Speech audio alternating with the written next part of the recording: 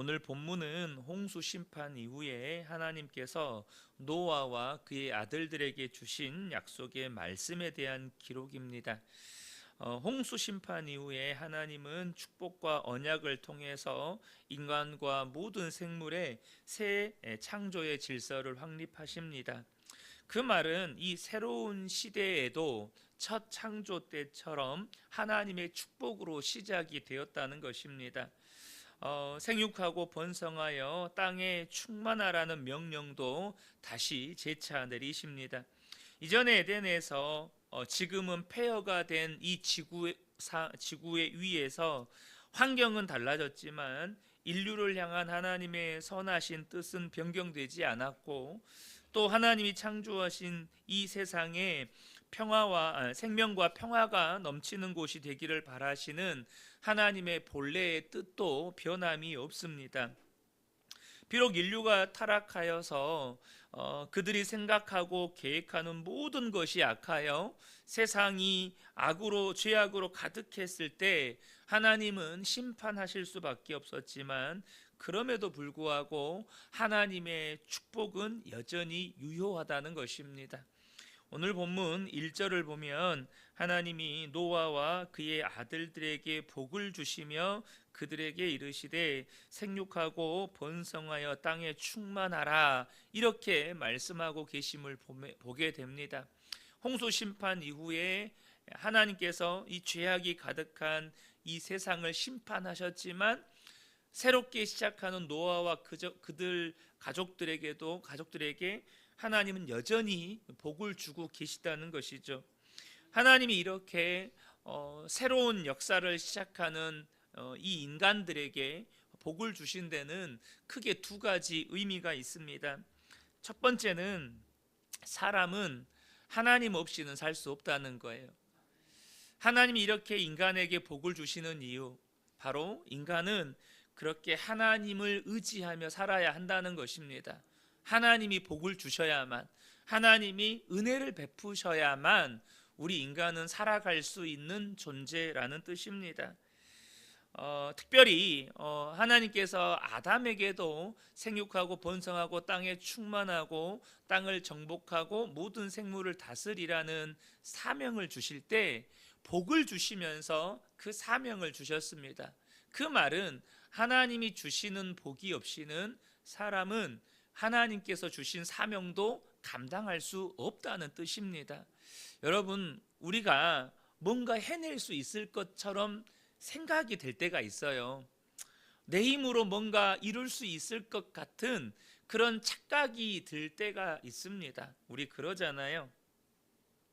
좀 이런 표현이 그렇지만 저희 아버지가 돌아가셨을 때 참 저희 어머니가 억척 같은 분이시거든요. 아마 여기 계신 우리 어머니, 저희 어머니 또래 좀 되시는 우리 분들 보면 정말 억척같이 살아오셨잖아요. 종갓집 맏며느리로 이렇게 아버지 밑으로 시동생들이 줄줄이 딸려 있으셨거든요. 근데 할머니가 계모시다 보니까 이렇게 이제 시동생들이 시집 장가 가는데 별로 이렇게 마음을 안 쓰셨어요. 그러니까 그 모든 책임들, 이 시동생들을 건사하는 이 역할들이 저희 아버지 또 이제 어머니에게 이렇게 거의 주어지는 거죠. 그러니까 저희 작은 아버지 중에 한 분은 거의 결혼을 저희 어머니가 도맡아서, 그때는 이바지 음식이라는 것들이 있었잖아요. 그 이바지 음식 바리바리 해서 시골에서는 결혼식 날 잔치하고 또 이렇게 서울까지 가서 막 이바지 음식 해가 그런 기억들이 있어요. 근데 저희 아버지가 돌아가셨을 때 저희 어머니가 그런 생각을 하셨대요. 두 남매, 내가 이 자식들 내 힘으로 못 키우랴.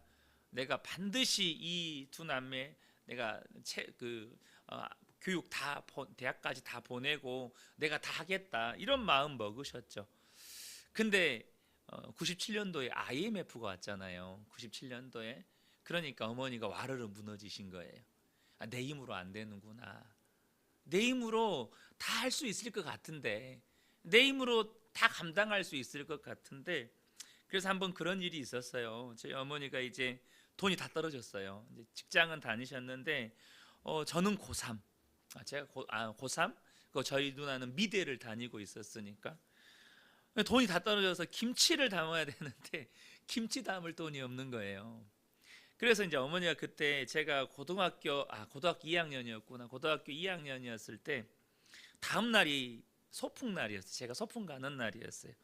그래서 이제 김밥이라도 싸서 보내주고 싶은데 집에 이제 1,000원짜리 딱 한 장 남은 거예요. 1,000원짜리를 들고 시장에 가셨어요. 그때는 김도 낱장으로 팔았다 하더라고요. 시장에서. 그러니까 500원어치 김 몇 장을 사시고 이제 이 500원으로 단무지를 사야 되냐, 소세지를 사야 되냐. 그러니까 하나밖에 못 사는 거예요. 단무지하고 소세지를 사야 되는데 이 하나밖에 못 사니까 단무지를 사야 되냐, 소세지를 사야 되냐. 그것을 결정을 못해서 이렇게 시장을 계속 아무 생각 없이 도셨대요. 근데 이제 그 모습을 전 남자들은 둔해서 잘 모르는데 저희 누나가 이제 그때 당시 이제 대학생이었을 때 집에 김치가 떨어졌는데 엄마가 김치를 안 담그는 걸 보니까 집에 돈이 떨어졌구나. 그래서 누나가 이렇게 비상금으로 모아놓은 돈이 몇만 원이 있었대요. 그래서 이제 어머니한테 이모한테 전화를 해서 이모 내가 이 돈 줄 테니까 집에 좀 김치 담을 수 있는 거 좀 장 좀 봐서 이렇게 좀 가져다 주세요. 그럼 엄마가 이제 담겠죠. 이렇게 했는데 이모가 이제 그 돈을 받아서 장을 봐서 오는 길에 그 시장을 배회하고 있는 저희 어머니를 본 거예요. 그러니까 어머니가 그냥 넋을 놓고 시장을 그냥 계속 배회하고 계시더래요. 그때 저희 이모가 가가지고 저희 어머니를 딱 붙잡아서 언니 하니까 이제 정신이 확 돌아온 거죠. 여러분, 사람은 그렇게 착각할 때가 있어요. 내 힘으로 내가 할 수 있겠다. 내 힘으로 나에게 주신 사명도 내가 다 해낼 수 있겠다라고 착각할 때가 있어요. 근데 여러분 그거 아셔야 합니다. 하나님의 은혜 없이는, 하나님이 주시는 복이 없이는 우리가 감당할 수 있을 것 같은데요, 우리가 해낼 수 있을 것 같은데요, 하나님의 은혜 없이는 우리는 아무것도 아닌 존재라는 것입니다. 그러므로 사랑하는 성도 여러분, 저와 여러분이 정말 하나님 의지하고 사셔야 합니다. 우리의 인생 가운데 하나님께서 비우실 때가 있어요. 그게 재정이든 건강이든 하나님께서 우리가 뭔가 의지할 수 있을 만한 그 무언가들을 하나님께서 우리의 삶에서 빼내실 때가 있어요. 그게 무슨 의미일까요? 너는 나만 의지하고 살아야 돼. 너는 내가 주는 복이 없이는 못 사는 거야. 너 그거 알아야 돼. 나 없이 너 못 살아. 이것을 우리에게 때로는 하나님께서 기록된 성경이 아니라 삶의 현장에서 깨우쳐 주실 때가 있어요. 사랑하는 성도 여러분, 우리는 주님이 복 주셔야 합니다. 하나님 우리에게 은혜 주셔야 합니다. 사도 바울이 고린도 후서에서 정말로 자신이 죽을 거라는 생각이 들 만큼의 고난을 당했을 때가 있었어요. 근데 그때 사도 바울이 깨달았어요. 뭘 깨달았습니까?